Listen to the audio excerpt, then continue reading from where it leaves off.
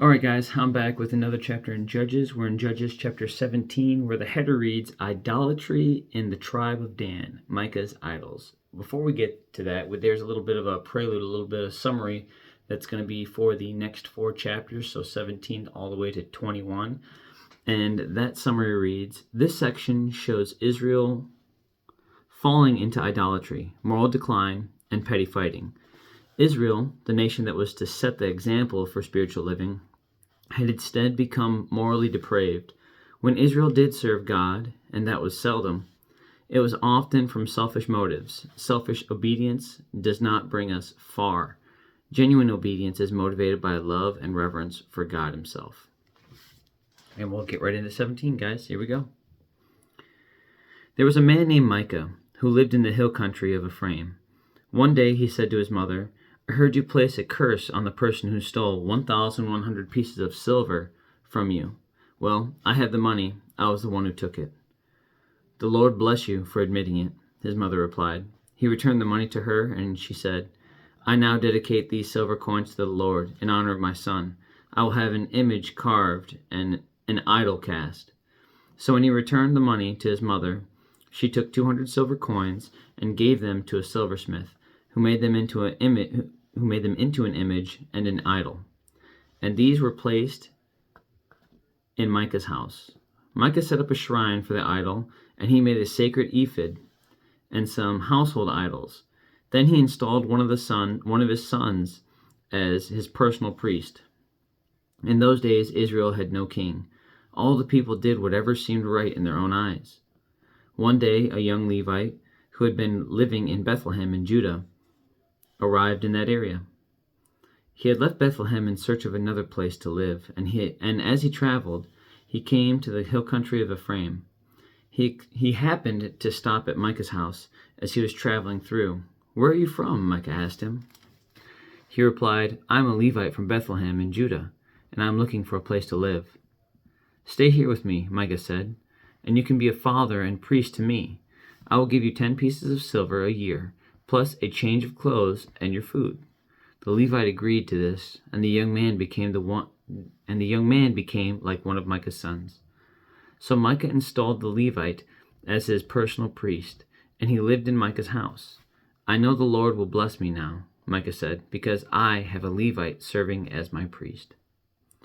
And that's the end of chapter 17, guys. That one's short and sweet. But really, at the root of this, I actually really love that, again, I read out of a study Bible, New Living Translation, NLT. I love the fact that they give summaries and how that summary kind of helps us set up success as far as understanding the context of the passages to follow. It's so difficult to, once you read the Bible and you have that relationship with Jesus that you're working on, and you truly have faith that He provides all and He does these things, it's difficult to not want to submit just for benefit reasons. And it's so contradicting, because I follow God because of what He's done for me and what He continues to do for me. And even if He did nothing else for me, it'd be enough. And it's difficult because I know that whenever I need or want more, I go to Him. And so when it warns against, not following for selfish reasons, it's very difficult. But He knows our heart too, which is super, super important, because it's so hard to rewire when something's broken. We're born broken, and we need Him to fix us. And in that, it's difficult in the continued pursuit of Him as He continues to pour out blessings and do all these things for you, to not simply, well, I'm going to keep following because He keeps taking care of me. It's super important that we understand that we follow Him regardless, because there will be opportunities to where your faith will be tested. You're not promised to, when you follow Him, to be problem-free. And when problems arise, if you immediately stop following, we see that with Israel. All of the chapters that I've read the last month and a half, about Israel's pitfalls and how the second they got to a place of peace or what they recognized as success, they basically turned their backs. Every 5-10 years, a change of generation, an exchange of something was lost in translation, and they immediately fall to the wayside. They stop following God. They start, creating idols and false images and praying to other gods and worshiping them and praying at their altars. It's so crazy to me how easy it is to fall into that. And it's so important that God knows our heart. We see that in so many men in the Bible that, we either fall to lust or greed or gluttony or all these things. And those are all things of the flesh because we either desire more. And even gluttony, not gluttony, but in slothfulness. So even a desire to do more of nothing is still such a terrible thing. And we don't just let God be the God of our lives day in and day out. So often we want to, take control of the steering wheel and control where things go, and we want our timing and all these things. I struggle with is I have faith, what He's given me, and sometimes I struggle to find the line to where complete faith in Him, even in a selfish manner, like what they're saying, to a certain end. At what point is it reckless? Like with my finances, if I was to just give everything away and be done with all of it and walk away and just follow Him, knowing that He'd bless it, what keeps me from doing that?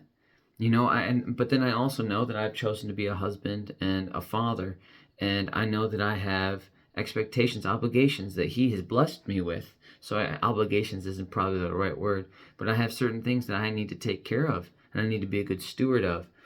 So is it important that I continue to build these earthly possessions, but for the purpose of serving His kingdom and furthering it and loving people and showing my children that He provides and all these things? It gets very confusing for me when I try to find really the path, and it makes sense because He says, the path, it's straight, but it's narrow. And it's so true, because sometimes in that capacity, it's difficult to find if you're not regularly in His Word. You might say that I'm regularly in the Word. I often feel that I need more of it because I'm not enough. And I do this and I share this, but it's never enough. I almost wish that I could just stop going to work and doing all those and just be in this, because I want this peace.